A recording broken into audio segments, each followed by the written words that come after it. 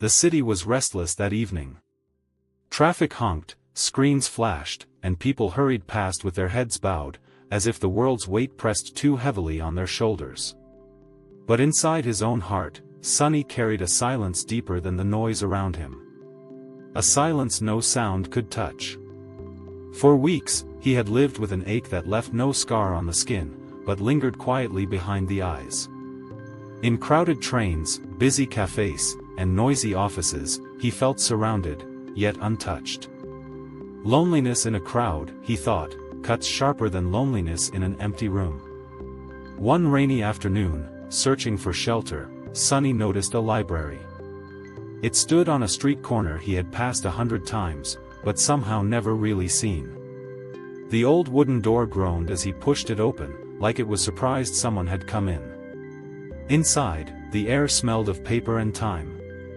Rows of shelves rose like silent guardians, their spines holding whispers from centuries past. A lamp glowed dimly on the librarian's desk, but no one sat there.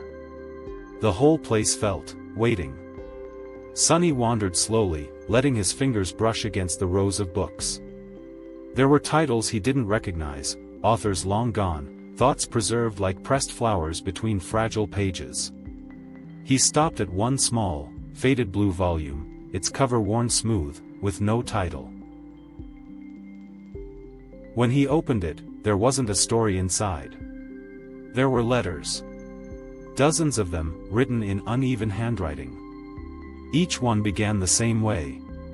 To the one who needs healing. Sonny read. One letter told of someone who lost a father but found comfort planting roses. Another of a girl who fought loneliness by leaving anonymous notes of kindness for strangers.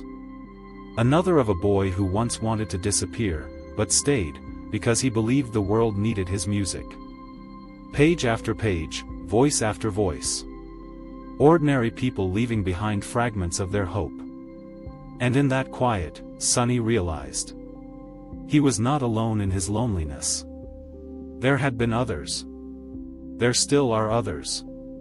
And somehow, that truth softened the silence inside him. For the first time in weeks, Sonny smiled. The next day, he returned, this time carrying a pen. He found the same blue book, and he wrote. Not in poetry. Not with wisdom. Just with honesty. I don't know who will read this.